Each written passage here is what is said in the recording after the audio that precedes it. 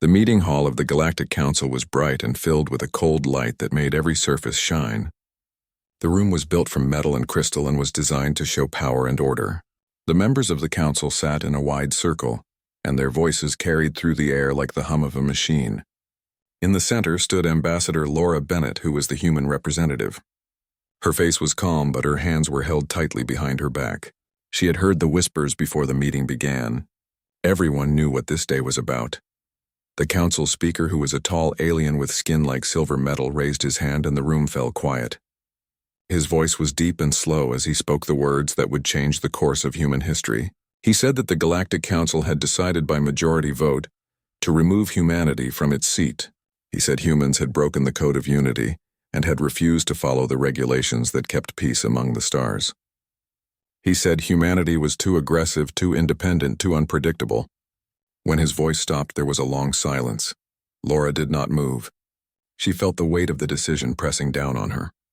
Behind her, the banners of Earth and the colonies hung still. She looked at them and remembered the promise her people had made when they joined the council, to bring knowledge and cooperation to the galaxy. Now that dream was over. She wanted to speak, but she knew her words would not matter. The vote was done. When the meeting ended, Laura walked out of the hall slowly. Reporters and assistants followed her, asking questions about what humanity would do next, but she said nothing. She took a transport shuttle back to her ship, which waited outside the station. From the window, she could see the glowing towers of the council capital world. They looked beautiful but cold.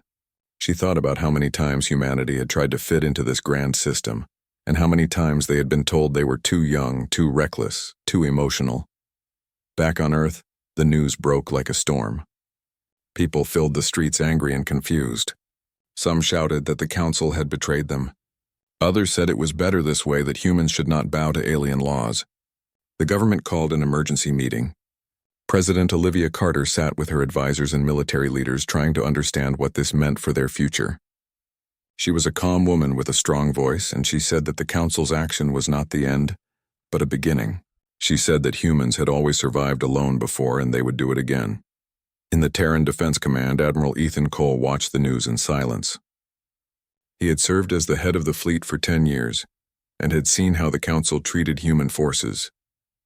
They had limited their weapon research and demanded control over their colonies. Now that restriction was gone. He looked at the stars on the screen and thought that maybe this was the chance humanity needed. He called his officers and told them to prepare for a new plan. For many days there was confusion. Some colonies feared that without the council they would lose trade and protection. Others cheered and began to send messages of support to Earth. The human spirit began to rise again. Scientists and engineers gathered to discuss new projects that had been banned under council law. They wanted to build faster ships, stronger defenses, and new colonies and systems the council had forbidden them to touch. There was energy in the air, a kind of fire that had been sleeping for too long. Laura Bennett returned to Earth and was met with applause. The people saw her not as a failed diplomat, but as someone who had stood tall when others bowed. She met with the President and Admiral Cole in a quiet room away from cameras. They talked about the future. Cole said that the galaxy would see humanity's true power soon. The President nodded but said they must be careful. They could not rush into war. They must build step by step and show the galaxy that humans could stand on their own. Weeks passed and plans began to take shape. The Terran government announced the creation of the Terran Accord, a new alliance that would unite Earth and all human colonies. It was not a council. It was a bond based on trust and independence. Every colony would have a voice, and every citizen would share in the dream of a new future. Factories on Mars came alive, building new ships. On Luna, engineers tested the next generation of engines. In the shipyards above Titan, massive frames began to form the bodies of what would become the first Terran capital ships. The Galactic Council watched in silence. Some members laughed, saying humans would destroy themselves. Others worried. They remembered what humans had done in a short time since joining the stars. Their rise had been fast, almost unnatural. If they could do that under council limits, what could they do without them? Months turned into years, and the first Terran fleets took flight. They were smaller than the council armadas, but they were built with human creativity and efficiency. Every ship had a soul of its own. The crews were proud and trained with a spirit no machine could match. Admiral Cole often said that a human heart in a steel hull was stronger than any alien weapon. Meanwhile, on distant worlds, trade with humans began to grow. Some alien merchants ignored the council's ban and came to human ports because they found better deals and honest talks. They said humans might be wild, but they kept their word. Slowly, word spread across the stars that maybe the council had made a mistake. Laura Bennett became an advisor to the president. She traveled between colonies to keep unity strong. She met miners on icy moons and farmers on green worlds and told them they were all part of something greater. She said they were not outcasts but pioneers. Her words gave people hope. One night she stood on the balcony of the new government complex in New Washington. She looked up at the night sky filled with stars and ships moving in silent lines. She thought about that day in the council hall and how small she had felt. Now she felt pride. Humanity had turned rejection into strength. The galaxy had closed its doors and humans had built their own. Admiral Cole stood with her watching the same stars. He said the council had made their choice and humanity had made theirs. He said the council would one day realize what they had lost. Laura smiled and said maybe they already had. The news networks began calling it the Dawn Era. Children in schools learned about how humanity was cast out and rose again. Poets wrote about the spirit of Earth and the courage of the colonies. Scientists spoke about freedom and discovery. Every new ship launch was a celebration of human will. Yet deep inside, every leader knew this peace was fragile. The council might not stay silent forever. There would be challenges ahead. But for now, humanity stood proud, united, and free. They had been ousted but not defeated. The stars that once looked cold now looked like home.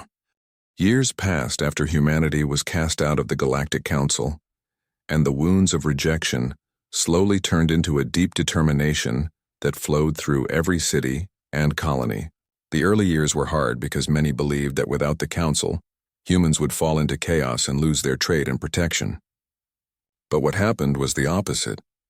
The Terran Accord grew stronger every month and the human colonies began to trust one another in ways they never had before. The people started to work together with a new purpose that no law from the Council could have ever created. Factories on Mars never slept as engineers worked day and night to finish the new fleet. Every worker knew they were part of something great. The shipyards above Titan had become a city in the sky where huge metal frames floated waiting to be completed. The workers called the first ship the Endeavor, and when it finally launched into space, people from Earth and the colonies watched in silence as the engines burned bright blue. It was more than a ship. It was a message to the galaxy that humanity had not only survived, but was ready to move forward. President Olivia Carter watched the broadcast from the command room on Earth. She was older now, but her eyes still held the same strength she had on the day of the expulsion. She knew that the future depended on the choices made in the next few years. Beside her stood Admiral Ethan Cole, who had become a symbol of the Terran Accord's military might. He told her that the fleet was ready and that the defense grid around the solar system was complete. She nodded and said that defense was good, but progress was better. She wanted exploration and growth. She wanted to see humanity reach beyond fear. In the years that followed, the Terran Accord began to expand. Colonies that had been small and struggling before were now connected by new trade routes built with human-made hyperlanes. The engineers who designed them were celebrated as heroes. They used materials that the Council had banned, calling them unstable, but humans found ways to control them. The new drives cut travel time in half and opened the path to distant systems the Council had never explored. Each discovery gave humanity more confidence. Ambassador Laura Bennett, who had once stood alone in the Council chamber, became the first Secretary of Interstellar Affairs for the Accord. Her role was to manage relations with alien species that were not part of the Council. Many of those species were curious about humanity's independence. Some were afraid, but others admired it.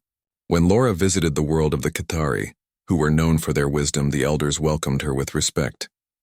They said they had seen what the Council had done and believed that humans might bring balance to the galaxy. Laura promised them that humanity sought friendship, not domination. The more the Accord grew, the more the Council began to worry. Reports reached the Council chambers about human fleets near the border systems and new colonies, appearing in territories once claimed by minor Council members. The Council tried to warn them, but humanity no longer cared for warnings. They remembered every insult, every restriction, every time they were told they were not ready. Now they had no one to stop them. Admiral Cole led many expeditions to new worlds.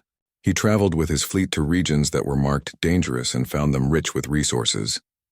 On one of those worlds, the crew discovered ancient ruins that seemed to belong to a lost civilization. Scientists were excited, and the findings brought more attention to the Accord. The ruins contained strange symbols that no one could understand, but they hinted at knowledge beyond what even the Council possessed. Cole ordered them studied carefully because he believed they might hold secrets that could change everything. While exploration continued back on Earth, the people's lives began to improve. With freedom from council taxes and trade restrictions, industries flourished. Cities grew brighter and cleaner, powered by new energy systems. Children in schools learned about the Dawn Era and about how humans had turned exile into triumph. The media often replayed old recordings of the council's decision as a reminder of how far they had come. But not everyone was at peace. Some feared that success would bring new enemies. A group of former council species began to send spies into human space, trying to learn more about the new technology. One of them was captured near the outer colonies. The discovery led to rising tension. Admiral Cole presented the evidence to President Carter and said they must be ready for the worst. The president agreed but told him not to start a war. She wanted diplomacy first and ordered Laura Bennett to open talks with nearby species to prevent conflict. Laura traveled again through space, visiting worlds that lay between the Council and the Accord. She met leaders who were tired of Council rules. Many of them listened to her words about trade cooperation and mutual defense. They saw that humans were not the monsters the Council had painted them to be. Slowly, they began to sign agreements with the Terran Accord. It was not long before the Accord had allies across the Outer Rim. One day, a small Council fleet entered a system that humans had recently colonized. They claimed it was still under Council protection and demanded the Terran settlers leave. The human governor sent a distress call to Admiral Cole. Within hours, the fleet of the Accord arrived. There was no battle at first, just silence between ships staring at each other in the dark. Then the Council ships opened fire. Cole ordered his fleet to respond. The fight was short but fierce. When it ended, the Council ships were gone and the human colony was safe. The news spread fast across the stars. The Council called it an act of aggression, but humanity called it self-defense. The president addressed the people, saying that they did not seek war but would not bow again. Her words were broadcast across 1,000 worlds and the people cheered. Even some alien species began to question the Council's leadership. In the months that followed, humanity built more ships and strengthened their borders. They also began to build something greater, a network that connected their colonies not only by trade, but by culture and science. Artists and writers spoke of unity and freedom. Scientists worked on projects that pushed the limits of what was possible. Humanity was no longer following the galaxy. They were leading it. Late one night, President Carter met with Admiral Cole and Laura Bennett in her private office. She looked tired but proud. She said that the galaxy had underestimated them once but never again. Cole said that the next generation would not remember being outcasts. They would only remember being explorers. Laura added that their strength came not from weapons, but from the will to never give up. The president smiled and said that was what it meant to be human. Outside the windows of her office, Earth shined blue and peaceful as fleets moved quietly above. Somewhere beyond those ships lay the vast unknown, and humanity was ready to meet it without fear. They had built the Terran Accord not from power, but from purpose. And though the Council watched from afar, waiting for them to fail, the humans kept moving forward. The galaxy was changing, and no one could stop it. Humanity had taken its first steps toward something greater than survival. They were building a future where no one could ever cast them out again. The sun rose over New Washington, and its light reflected off the towers that touched the clouds. People walked through clean streets while ships passed silently above. It had been almost 10 years since humanity was expelled from the Galactic Council, and the Terran Accord was now stronger than ever. The people had built a life that no one believed was possible. There was peace in the colonies and hope in every home, but far beyond their borders, something dark was growing. In the deep regions near the Vega cluster, the Council had begun sending fleets again. They said it was to protect neutral systems, but everyone knew they wanted to show power.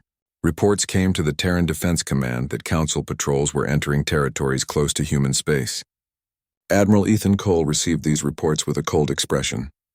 He had warned the government that the Council would not stay silent forever. He sat in his office aboard the battle station Horizon and looked at the star map glowing in front of him. Red lights showed Council movements inching closer each day. He sent a message to President Olivia Carter and requested a meeting. When the meeting began, Cole stood before the President and the Council of Ministers. His voice was calm but firm. He said that the Council fleets were testing them. He said they were waiting for a moment of weakness to strike. The President listened carefully and asked what he proposed. Cole said that the border must be reinforced and that any violation must be answered quickly. She agreed but reminded him that humanity would not start a war. Cole nodded, but deep inside he knew the war had already begun in the minds of the Council leaders. Meanwhile, on Mars Ambassador, Laura Bennett was meeting with scientists who were studying the ruins found on the distant world of Myra 7. The ruins had become one of the most important discoveries in human history. They contained technology far beyond anything the Council had ever shown. The researchers believed it belonged to an ancient race that had vanished long ago. Laura walked through the excavation site and listened as the chief scientist explained how the technology might help improve human energy systems. She knew that this discovery would change everything, and she also knew the Council would want it for themselves. Far away in the Vega cluster, a human exploration convoy was attacked. The ships were unarmed science vessels carrying researchers and supplies. The attackers claimed to be pirates, but the markings on their ships matched old Council military codes. Only one ship survived and sent a distress signal before vanishing into the void. When the news reached Earth, the people were furious. Protests filled the streets. The President called it an act of aggression and demanded an explanation from the Council. They denied involvement and accused humanity of spreading lies. Admiral Cole did not wait for diplomacy. He sent a fleet to investigate.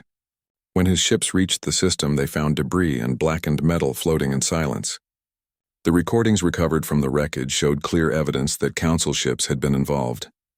Cole stood in the command center and watched the images without speaking.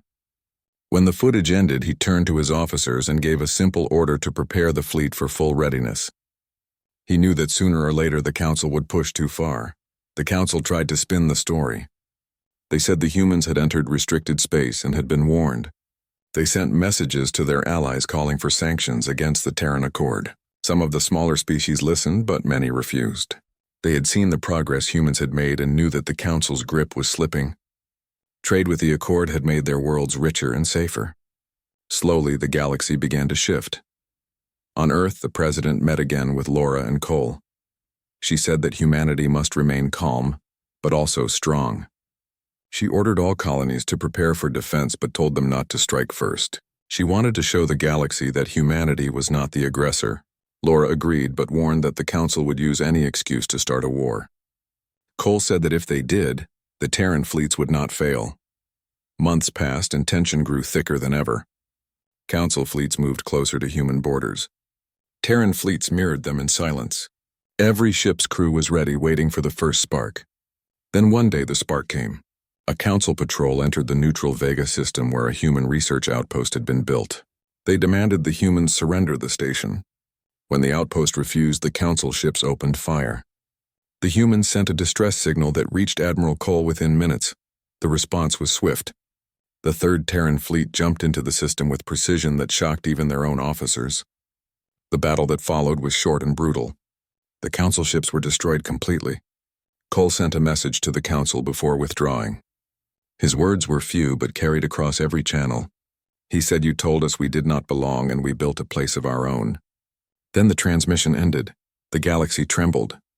The Council had not lost a fleet in over 2 centuries. For the first time in living memory, the Council's authority was challenged openly and defeated. Some of their member worlds began to question their leadership. They wondered if maybe the humans were not the danger but the future. Back on Earth, the President gave a speech that would be remembered for generations. She said that humanity did not seek war but would never again accept fear as peace. She said that freedom was not granted, it was earned. The people cheered and the colonies sent messages of support. Across the stars, human ships began to patrol with new pride. The Council met in secret, trying to decide how to respond. Some demanded total war, but others hesitated. They had seen how fast humans had grown and how skilled they had become. They feared that a war might end not with human defeat but with their own. The debates dragged on and no one could agree. Meanwhile, the Terran Accord continued to grow stronger. Admiral Cole visited the ruins on Myra 7 where scientists had made a breakthrough. They discovered that the ancient technology could amplify energy fields in ways that could shield entire planets. Cole looked at the blue glow of the device and realized what it meant. Humanity now had the power to protect itself forever. He reported the findings to the president and said the days of fear were finally over. In the following months, new alliances formed. The Ketheri officially joined the Terran Accord, bringing their knowledge of medicine and agriculture. Other small races followed. The galaxy was slowly being reshaped not by conquest but by example. Humanity had proven that strength and unity could exist without tyranny. But deep in the shadows, the Council was not finished. Their spies worked day and night trying to find weaknesses. They whispered among their allies, saying the humans would turn into conquerors soon. Yet no matter how many lies they spread, the truth was clear. The humans had stood alone and survived. They had built fleets and cities that no one thought possible. They had turned exile into power. As the stars moved quietly over New Washington, the president stood at her window and looked out at the night sky. She thought about the battles ahead and the cost of freedom. She knew that the Council would not forget their defeat. She whispered to herself that they would be ready. Admiral Cole aboard the horizon watched the stars as well. He knew this was only the beginning. Humanity had crossed a line that could never be undone, but he felt no fear, only pride. For the first time in his life, he believed that nothing could stop them now. The galaxy had changed forever, and in the heart of that change stood humanity, stronger, wiser, and more united than ever before. The Terran Accord had grown beyond anyone's expectations. Worlds that were once quiet and small now shone with lights that stretched across their cities. People moved freely between planets, and trade routes buzzed with activity. Every colony had its voice and its place in the new alliance. The president walked through the halls of the government complex on New Washington, watching the young leaders and citizens discussing new ideas and projects. She smiled because she could see the future taking shape before her eyes. It was a future built on cooperation and strength. Admiral Ethan Cole sat in his command room aboard the flagship Horizon, staring at the star map. Red dots indicated potential threats and green dots showed allied systems. He had planned patrols and defense strategies for every border. The Council had stopped attacking openly, but that did not mean they had given up. They still watched and waited for mistakes. Cole called for his officers and reminded them that vigilance was the key to survival. They nodded and moved to their stations, ready for any challenge. Laura Bennett traveled to the outer colonies, visiting scientists, farmers, and local governors. She listened to their concerns and offered advice. She reminded them that their strength came from unity and trust. Some species from nearby systems came to her asking for trade agreements and protection. She told them that humanity sought partners, not subjects, and that together they could build a future stronger than anything the Council could offer. Slowly, she saw new friendships forming and a sense of security that had never existed before. On the edge of human space, a small Council fleet attempted to intimidate a colony called Icarus Prime. They entered the system and demanded control over the local resources, claiming ancient rights. The humans refused and called the nearest Terran fleet for support. Within hours, the fleet arrived. The Council ships were prepared for a fight, but the humans did not attack immediately. Commodore Nathan Drake led the fleet in formation and sent a message saying that any hostile action would be met with full defense. The Council commanders realized they had underestimated the humans once again. They retreated without firing a shot. The victory was not just military. It showed that the Terran Accord could defend itself and its allies. News of the event spread quickly across human space. People celebrated knowing that the Accord was respected and feared for the right reasons. President Carter addressed the public, saying that the Accord did not seek war but would protect its citizens and allies. Her words echoed across every planet and every colony. Children learned that courage and unity could achieve what force alone could not. Back on Earth, scientists revealed the latest progress on the ancient Myra 7 technology. The devices could amplify energy fields to protect entire cities and even shield planets. They were tested on uninhabited worlds and worked beyond expectations. Admiral Cole studied the results and realized that the Terran Accord had reached a level of power the Council could not ignore. He reported his findings to the President, who smiled and said that now humans could explore without fear of attack. The galaxy began to shift slowly. Minor species who had once relied on the Council began to look to the Accord for guidance. Trade agreements increased and alliances formed. Diplomats from several worlds visited New Washington to observe the system of government and learn from human methods. They were impressed by the fairness and efficiency of the Accord. Laura Bennett worked with them, explaining the principles of shared leadership and cooperation. She reminded them that strength was not in fear, but in mutual respect. Meanwhile, the Council became more frustrated.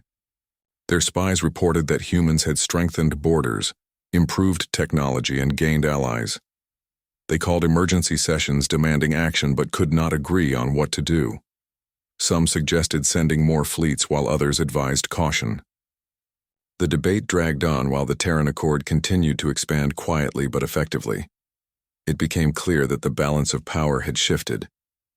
In the colonies, people began to feel proud of being part of something greater than themselves. Engineers worked on new ships with designs that improved speed and defense. Farmers used technology to grow food on planets previously thought barren. Cities became centers of trade and learning. Every success reinforced the belief that humanity had made the right choice to build their own path. One day, Commodore Drake received a communication from a neutral species called the Saurian. They had been observing both the Council and the Accord and decided to visit human space for talks. Laura Bennett met with their leaders on a space station in orbit around the planet Luna. The Saurian were cautious but impressed by the human system and the strength of the Accord.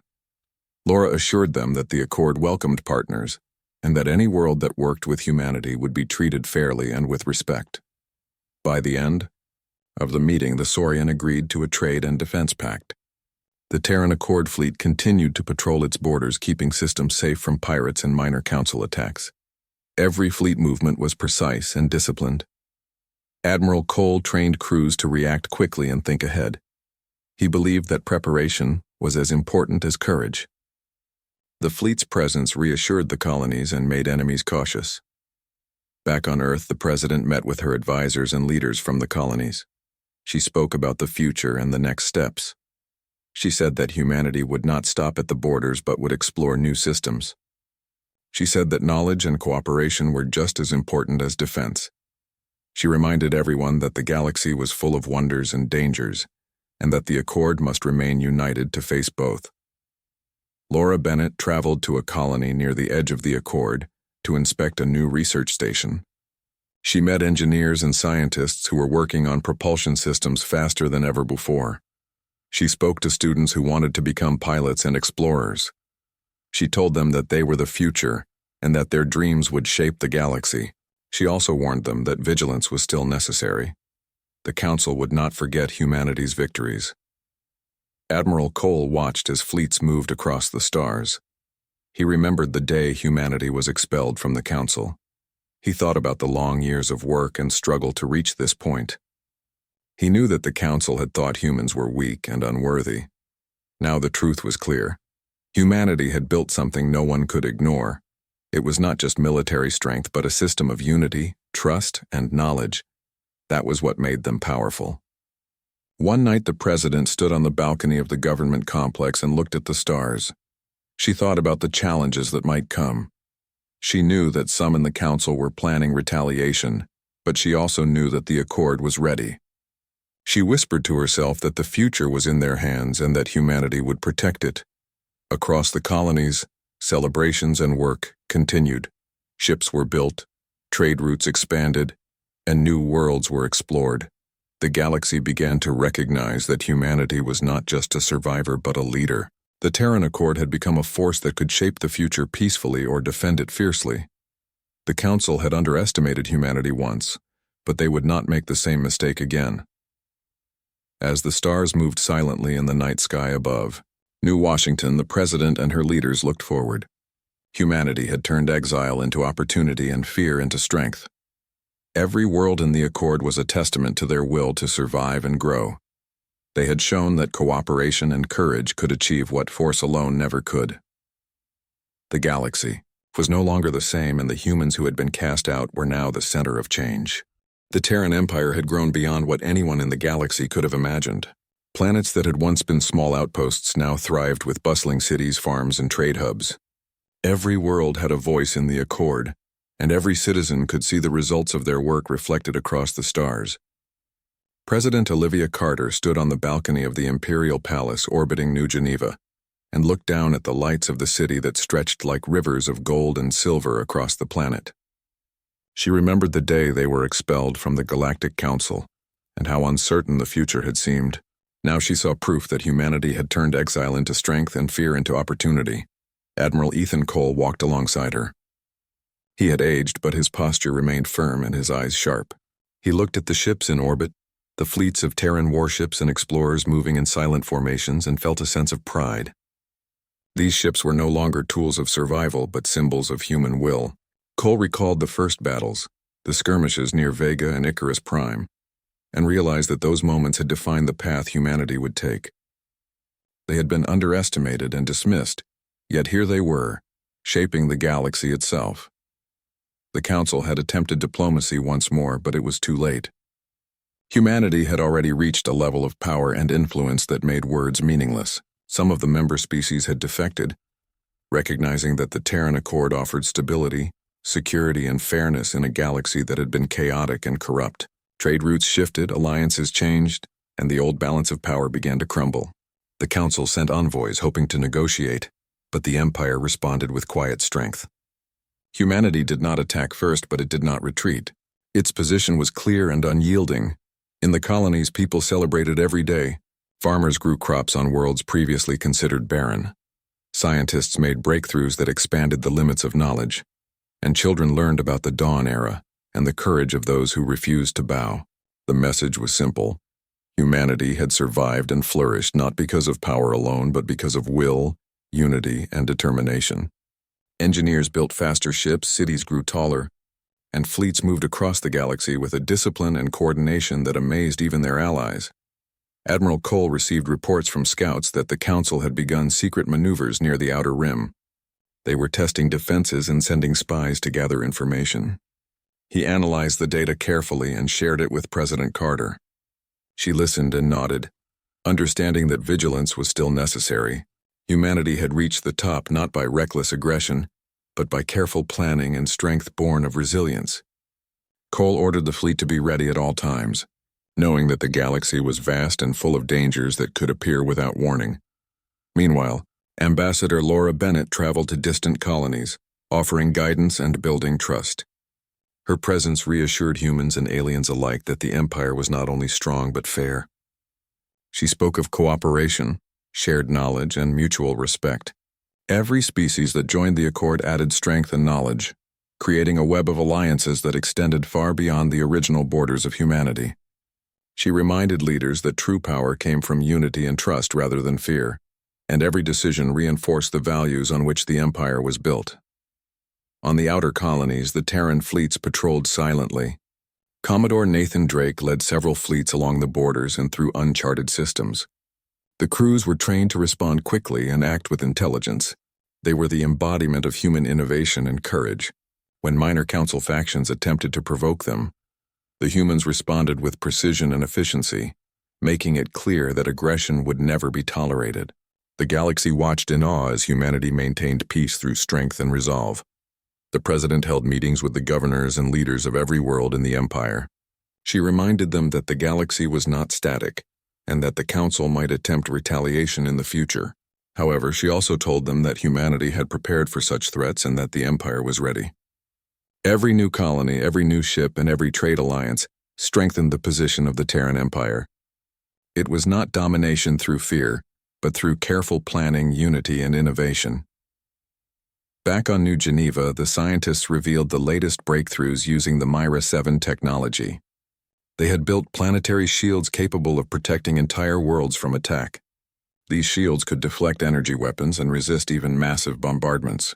Cole studied the results and knew that no Council fleet could challenge them without great risk. The Empire now had both the means and the will to defend its citizens.